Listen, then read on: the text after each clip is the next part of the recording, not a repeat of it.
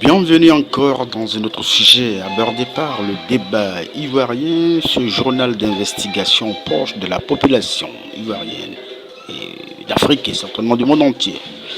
Alors il est question cette fois-ci de la situation des enseignants contractuels déclarés admis au concours de recrutement 2019. Ici, vous suivrez le témoignage de leur porte-parole qui essaie d'éclairer la lanterne de tous et certainement des oublis au niveau du ministère de l'Éducation nationale. Nous espérons que la ministre Daria Toukoni fera les examens prendra en compte leur dossier suivant. Bonsoir, monsieur le journaliste. Je suis Madame Kofi du collectif des enseignants contractuels non affectés. Et j'ai vu votre message disant que vous travaillez sur le dossier. Je vous en remercie. Je voudrais quand même faire cet audio-là pour vous expliquer un peu la situation en temps réel. Il faut dire que nous avons participé au concours de recrutement des enseignants contractuels du PS-Gouv de l'année 2019. Et ce concours-là s'est passé en 5 étapes qui sont l'inscription en ligne sur le site de la DECO qui avait en charge l'organisation de ce concours, la direction des examens et concours de Côte d'Ivoire. Et ce sont eux qui ont organisé ce concours. Nous sommes inscrits sur leur site en ligne. Après les inscriptions, ils ont procédé à la vérification des candidats. Ils nous ont ensuite demandé de déposer des dossiers physiques dans les différentes draines, ce que nous avons fait. Après l'étape du dépôt des dossiers, ils nous ont convoqué tous les candidats aptes à concourir, c'est-à-dire ceux qui sont retenus pour compétir. Et nous avons été, Dieu merci, retenus. Et il faut rappeler que l'étape des dossiers, du dépôt des dossiers physiques était précédée d'un contrôle rigoureux dans les différentes draines. Et quand tu n'as pas le diplôme d'enseignement, on t'exigeait l'autorisation d'enseigner délivrée par le ministère, ce que nous avions, puisque la plupart d'entre nous sont déjà enseignants dans les lycées et collèges publics en tant que vacataires, et d'autres aussi, d'autres par contre dans le privé. Et donc tout le monde, parmi ceux qui n'avaient pas de diplôme d'enseignement, avait au moins une autorisation d'enseigner. Et c'est comme ça que nous avons pu déposer ces dossiers-là et nous avons bravé l'étape du contrôle physique des dossiers.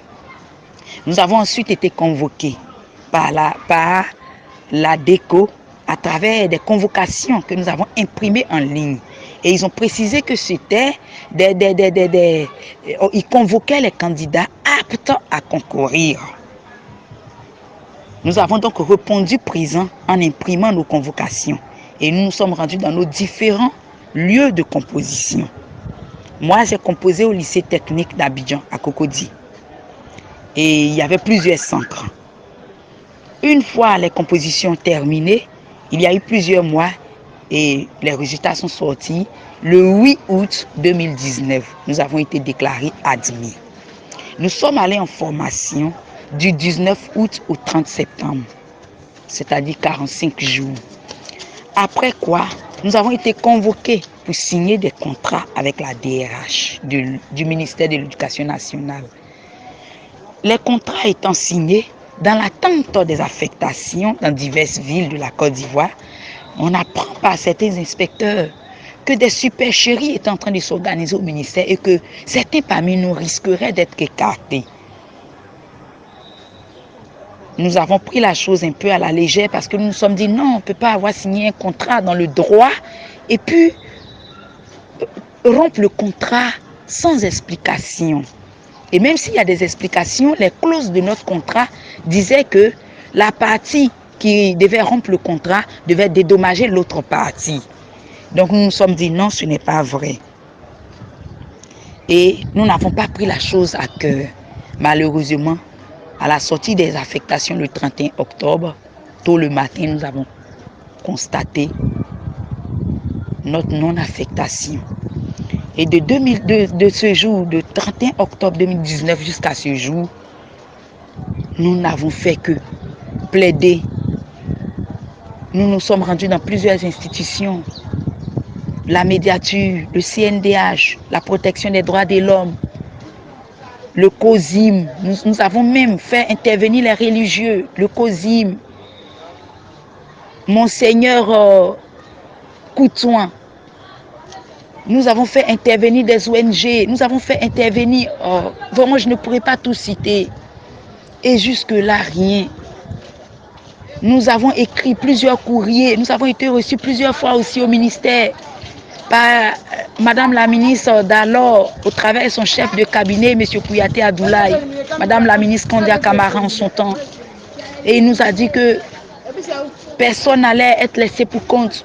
Ils allaient régler le cas, le problème au cas par cas. Des mois plus tard, ils nous recevaient encore, ils nous disaient nous ne pouvons plus rien faire pour vous. Jusqu'à ce que Madame la ministre Maria Toukone arrive aux commandes des choses.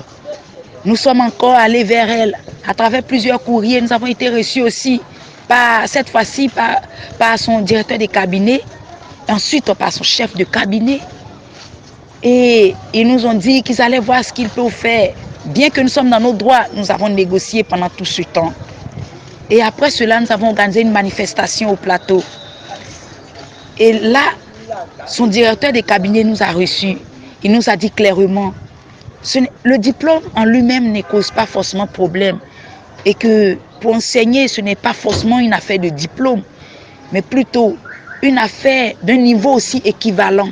Parce qu'il ne faut pas prendre un niveau en dessous, mais un niveau équivalent, avec des connaissances requises, les filières qui s'apparentent à l'enseignement. Et c'est comme ça qu'il nous a rassurés. Il nous a dit même au pire des cas que l'éducation nationale est vaste. On peut trouver d'autres choses au sein de l'éducation nationale. Il nous a fait de très belles promesses. Madame la ministre elle-même était en France et c'est sur instruction de madame que son directeur de cabinet nous a reçus ce jour-là, suite à notre manifestation au plateau. Et donc, quand nous sommes rentrés, tout joyeux, le sourire aux lèvres. Des semaines et des mois sont passés, nous n'avons rien vu. Nous sommes repartis et là, il nous a dit, nous ne pouvons plus rien faire pour vous, réorienter votre lutte. C'est comme si c'était juste pour nous disperser ce jour-là. Parce qu'ils avaient beaucoup insisté là-dessus. Rassurez vos amis, dites-leur de rentrer. Ne restez pas là, manifestant en plein plateau. Ce n'est pas une bonne image. Ça fait la 4e fois que la présidence appelle. Et ce n'est pas bon. Rentrez chez vous, nous allons faire. Pour enseigner, ce n'est pas forcément une affaire de diplôme. Si vous avez les connaissances requises avec un niveau requis, avec des diplômes qui s'apparentent à la discipline que vous voulez enseigner, nous allons le faire. Et jusque-là, rien. Nous avons été contraints d'aller en justice. Nous avons donc saisi un avocat. Avec nos maigres moyens, nous sommes cotisés, nous avons payé les honoraires de l'avocat. Nous avons payé ces honoraires. La procédure a bien avancé, mais là, nous sommes bloqués au niveau du Conseil d'État. Et l'avocat a fini par nous avouer les choses telles qu'elles sont. Il nous a dit entre avocat et client, il n'y a pas de cachotterie. Et qu'il y a une main puissante dans la politique qui empêche le Conseil d'État, ou sinon je dirais qui influence sur le Conseil d'État, et qui fait que le verdict ne peut pas se rendre. Et que vraiment, il n'a pas de moyen de pression de façon personnelle pour agir. Donc nous sommes bloqués. Et c'est ce qui nous a fait réfléchir et qui nous a amené à organiser la manifestation du lundi 18 juillet, c'est-à-dire hier, 2022, c'est-à-dire hier. Malheureusement, à notre arrivée à la tour D, il y avait 5 cargos. À chaque entrée des différents tours, des cargos de la CRS étaient postés avec leurs éléments. Et il y avait un cargo spécialement qui lui faisait la ronde, c'est-à-dire il patrouillait. Et partout, il nous voyait, il nous chassait. Non, ne restez pas là. Nous avons ordre de là-haut, du très haut, de vous dire de ne pas faire cette manifestation. Nous ne comprenons pas.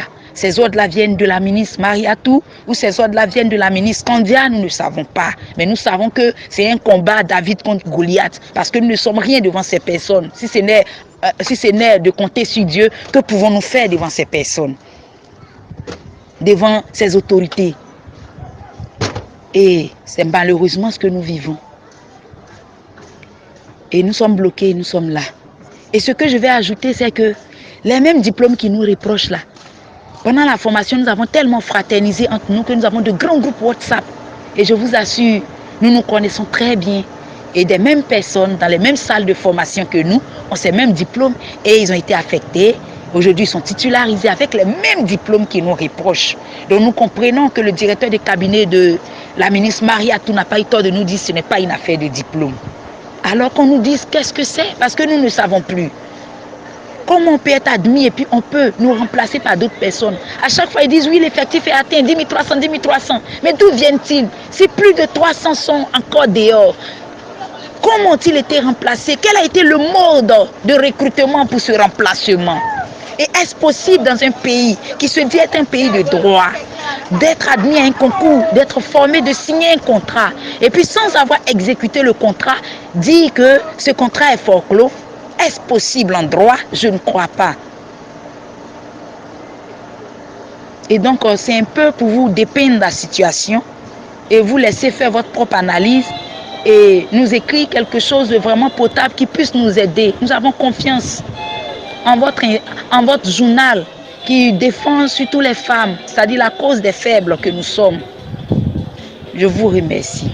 Voilà, et c'est l'histoire des enseignants en Côte d'Ivoire, avec promesse à laquelle ils étaient recrutés et qui sont surpris d'être abandonnés au bas des tours administratifs. Un débat qui sera suivi par le débat ivoirien. À suivre, et nous suivons ce dossier pour vous. Merci. Très bientôt pour la suite avec la réaction de la ministre Mariatou connaît certainement. À suivre.